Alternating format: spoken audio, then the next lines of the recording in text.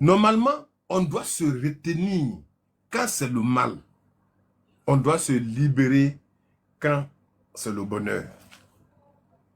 Je ne sais pas si je me fais comprendre. C'est-à-dire, tout de suite, je paie un parent qui m'est très cher. C'est vrai. Il y a un proverbe chez nous qui dit, c'est quand on s'approche du corps, du cadavre, que les larmes coulent. Parce que ça te fait tellement mal que tu n'arrives pas à te retenir. C'est pas facile. Nous tous, on a pleuré. Nous tous. Mais ces larmes-là, on les a versées de manière... C'est comme si on est heureux, quoi. C'est comme si on est heureux que la personne soit partie. Voilà. Les larmes, quand ça coule, c'est que c'est quelque chose de fort, d'intéressant. Quand tu es dépassé par ce que le créateur de l'univers a fait pour toi, c'est là que tes larmes vont couler. À moins que tu sois heureux que cette personne soit partie et tu remercies le créateur de l'univers pour que tes larmes coulent. Ce que vous oubliez, d'abord, quand quelqu'un tombe, on dit celui-là, c'est fini, c'est l'émotion, merci beaucoup. Celui-là, c'est fini pour lui. C'est vrai, c'est fini pour lui. Tu dois avoir mal, c'est pas facile. L'émotion, comme le monsieur le dit, l'émotion peut être du côté bon comme du côté mauvais. Et ça fait que tu ne peux pas retenir tes larmes. Même avant-hier, comme je disais que j'ai reçu une dame au moment où j'étais en train de parler avec elle. Feu, sa maman est venue. Et puis elle a dit de demander pardon à sa fille.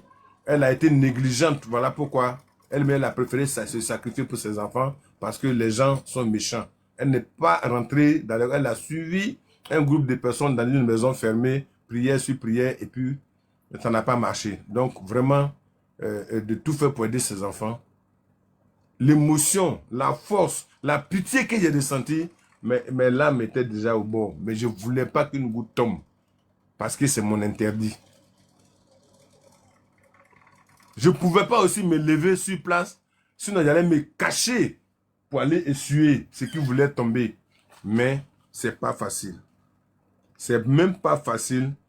Pourquoi? Parce que vraiment, le Créateur n'a pas voulu ça comme ça. Mais on est obligé de le faire. Sinon, normalement, nos larmes doivent couler quand l'émotion est forte en matière de dire on a reçu quelque chose de joli, on est content, on est heureux. Par exemple, on a pris la Coupe d'Afrique, tout le monde est content, tu cries de joie, ton enfant a eu son examen, tu es content, les larmes coulent. C'est en ce moment-là qu'on voit l'importance des larmes. Sinon, normalement, quand quelqu'un tombe, souvent ceux qui vont se coller à la chair, ce n'est que la chair qui est là. L'âme de la personne, l'esprit de la personne est déjà chez les ancêtres pour son jugement. Tu t'es bien comporté, tu t'es mal comporté, tu es déjà là-bas. Mais la chair sur laquelle vous sautez, c'est inutile, je vous le dis. C'est vrai, c'est l'image de la personne, mais il n'y a rien. La personne, c'est comme, quel exemple je peux prendre? Une enveloppe avec 1 million à l'intérieur. Une fois que tu enlèves le million, c'est le million qui est important. L'enveloppe là, on froisse et puis on jette. C'est la chair. C'est comme ça nous sommes. Vous voyez. Donc, franchement, faites attention. Surtout, la salive qui est l'eau, qu'on appelle la salive qui sort de notre bouche. La force que cette salive-là a là, vous ne savez pas. La force que cette salive-là a, il faut savoir. D'ailleurs, c'est-à-dire, il faut quand vous voyez que vous avez trop de salive dans la bouche, il faut la faire sortir avec respect, précaution, attention. Il ne faut pas la jeter partout. Si c'est possible même, quand vous faites sortir là, protégez-la. Oui. Parce qu'à partir de votre salive, si vous mettez, comme on le dit, crachez quelque part, si vous pouvez, prenez le temps de fermer et puis continuez votre chemin. C'est une obligation, sinon personne ne veut cracher partout. Par moment, il y a des petites choses qui font que la salive vient dans la bouche et puis on crache. Fermez. Parce qu'à partir de votre salive, s'il y a une mauvaise personne qui est là, elle peut finir avec vous. Oui. Je vous le dis et je vous le confirme.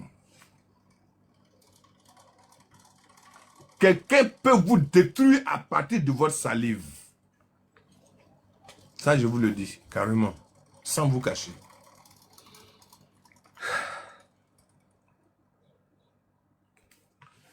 Donc, est-ce que vous savez qu'à partir de vos urines, les urines d'abord dans un premier temps, c'est l'eau qui sort de votre corps. De tout ce qui sort de notre corps, les premières urines du matin sont plus pures que tout. On les utilise pour se soigner nous-mêmes. On les utilise pour faire notre propre protection. Parce que ça sort des trois. L'eau, l'air et le feu. Si vous avez remarqué par moment, quand vous urinez très tôt le matin, c'est chaud. La plupart du temps, c'est chaud. Celui qui a pu recueillir ses urines tous les matins, prendre un cœur bien serré pour boire. Ah, si tu bois ton urine tous les matins, je ne pense pas qu'il y a une maladie qui va te terrasser.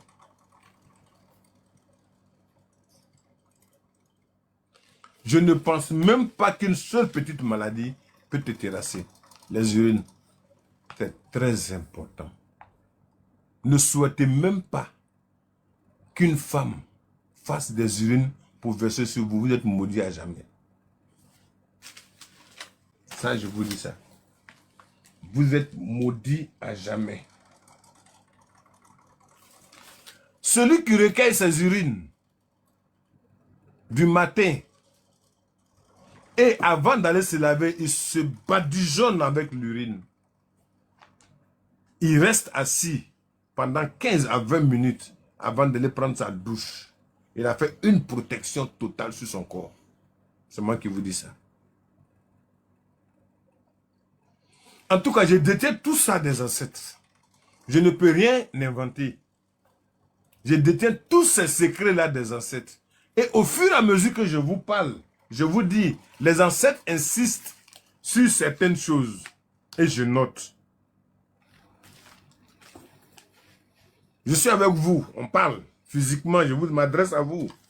Mais les ancêtres, et en même temps participent à notre émission, à notre panel.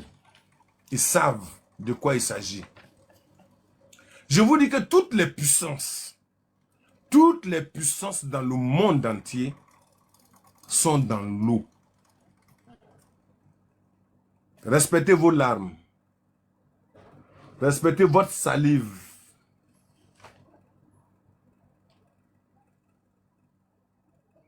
Respectez vos urines.